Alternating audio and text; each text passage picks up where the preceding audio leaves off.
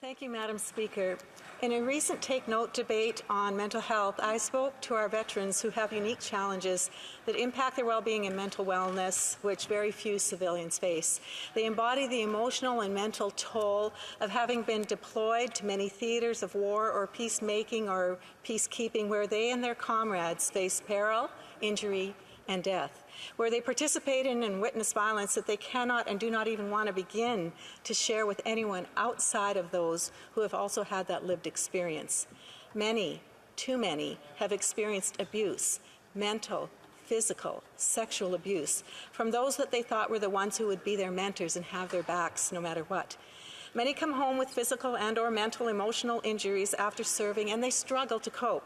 They struggle on a whole other level also as they start to realize they're failing in their relationships with their spouse and their children. Many struggle with trying to fit into a civilian world that, from their life experience and perspective, they have trouble finding their place.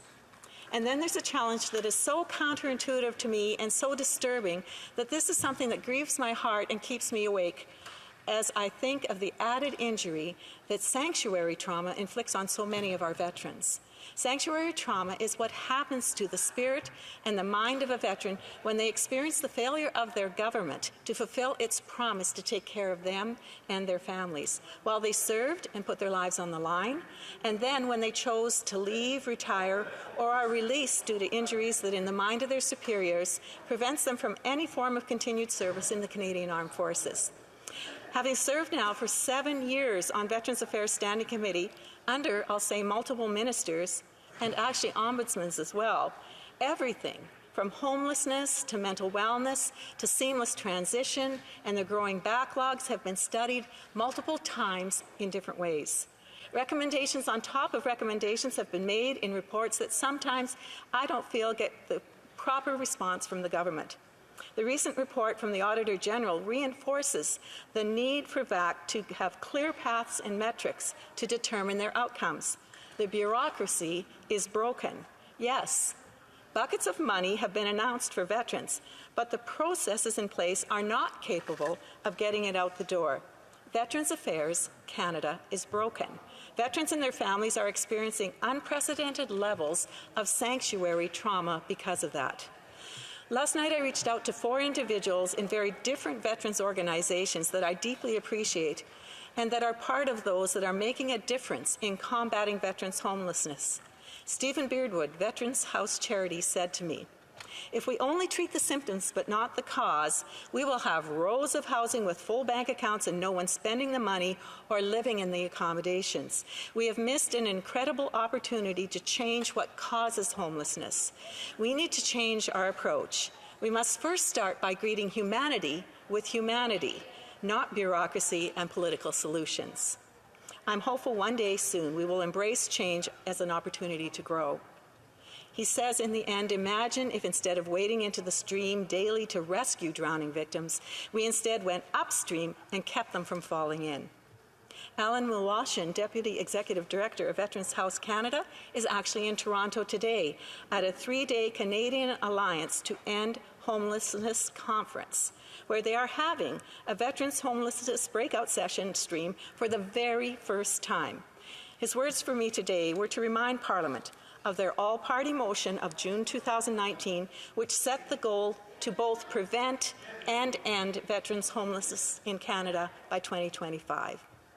Debbie Lowther, CEO and co-founder of Vets Canada, emailed me last night to say all levels of government must come together in a nonpartisan way and commit to addressing veterans' homelessness. It's not enough to talk about the issue, we need action, not words, and we don't need more research.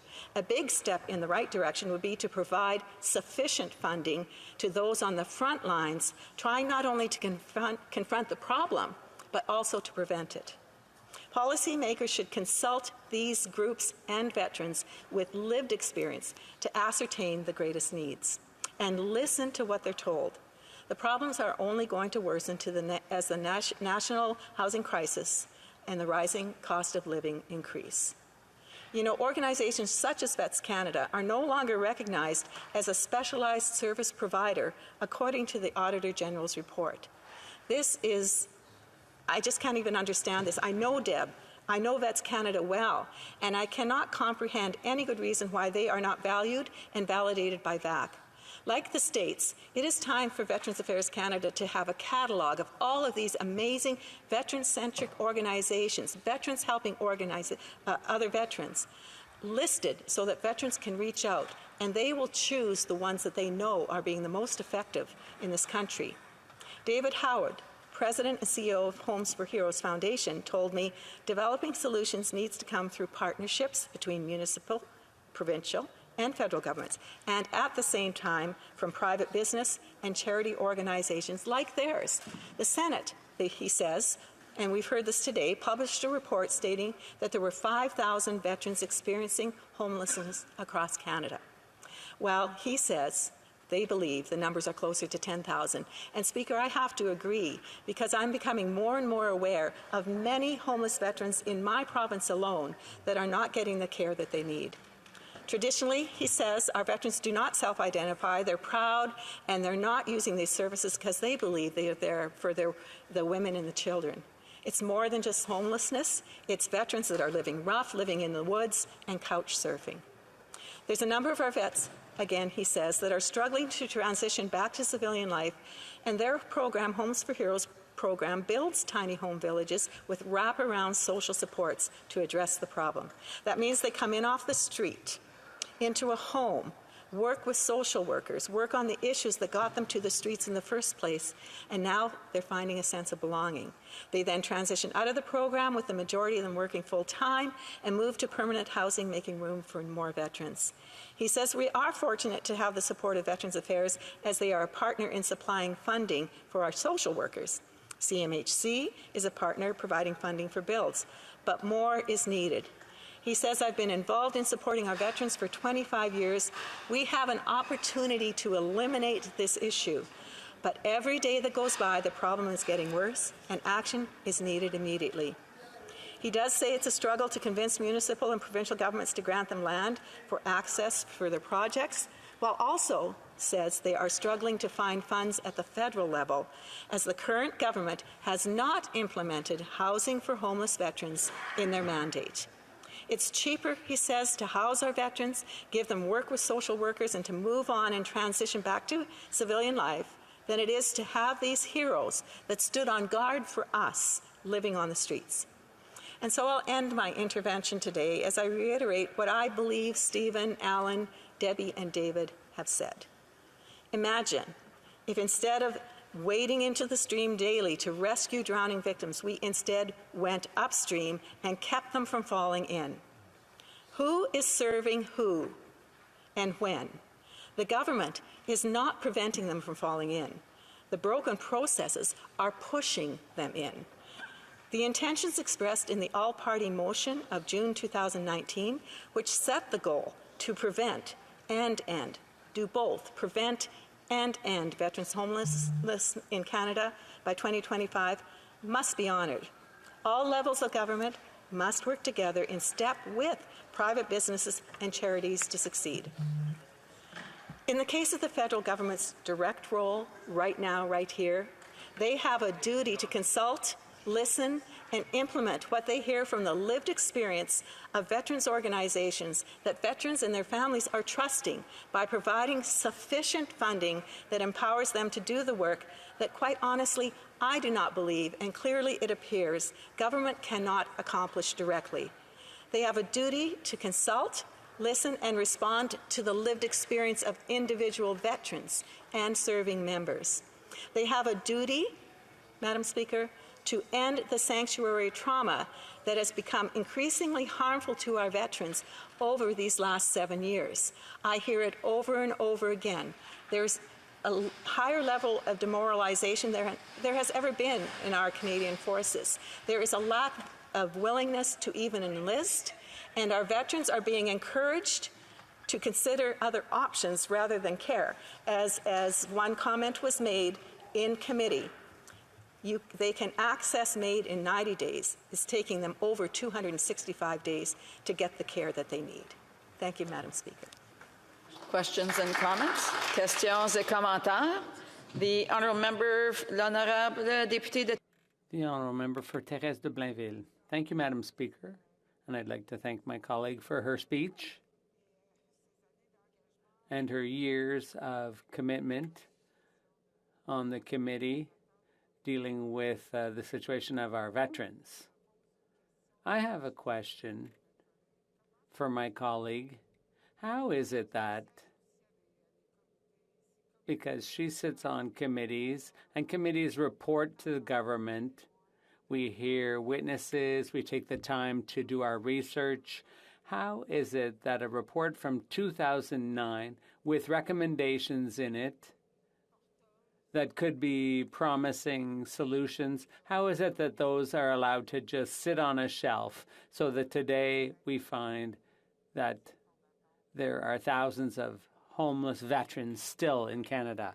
The Honourable Member for Yorkton Melville. Thank the member for that very good question. As a new Member of Parliament in 2016, I was dumbfounded that when I went to VAC for the first Veterans Affairs Standing Committee for the first time, there was a new report that had been created in 2014 along those same lines with all kinds of recommendations from the entire committee in agreement. And yet here we were considering and actually did restudy those same issues. You know, and I just said, new to this, but I don't understand. Why aren't we taking previous reports and looking what the government agreed to being recommended and study where that's at now and why it has or hasn't been accomplished and move forward with these things. So I agree with her. There's a lot of frustration when, as I said in my speech, we do study a number of these things over and over again. We're hearing the right answers from the shareholders, the stakeholders in this issue, the veterans and organizations, but somehow that's not getting through. Questions and comments? The Honourable Member of North Okanagan-Shuswap. I thank the member from Saskatchewan for her passion for veterans. She's displayed that on committee for a number of years now, and I think we all are looking forward to getting back to our ridings and participating in Remembrance Day events next Friday. I certainly am, and attending as many as possible throughout the day to honor our veterans that we truly need to do and which this government has failed to do.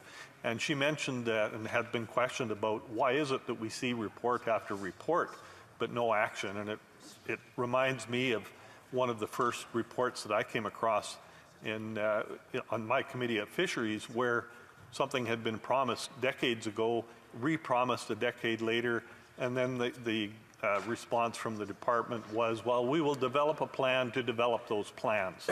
And that sounds like this government, that they simply can't even plan to put a plan together. I'd like to hear the member's comments on that. Thank you. The Honourable Member for Yorkton Melville. He's basically echoing what we heard from the Auditor General in regard to where the current government is in its ability to manage, really, this business of providing for our veterans. Their systems are such that they don't know what's happening where. Even when they've tried to follow something, they didn't put the right metrics in place so that they could truly determine what was happening. So I appreciate that, and that's part of why I say the government has a role here, a very important role, but there are areas where I believe that small businesses, charities, veteran-centric organizations that truly understand the dynamics are the ones that we should be empowering to do this work.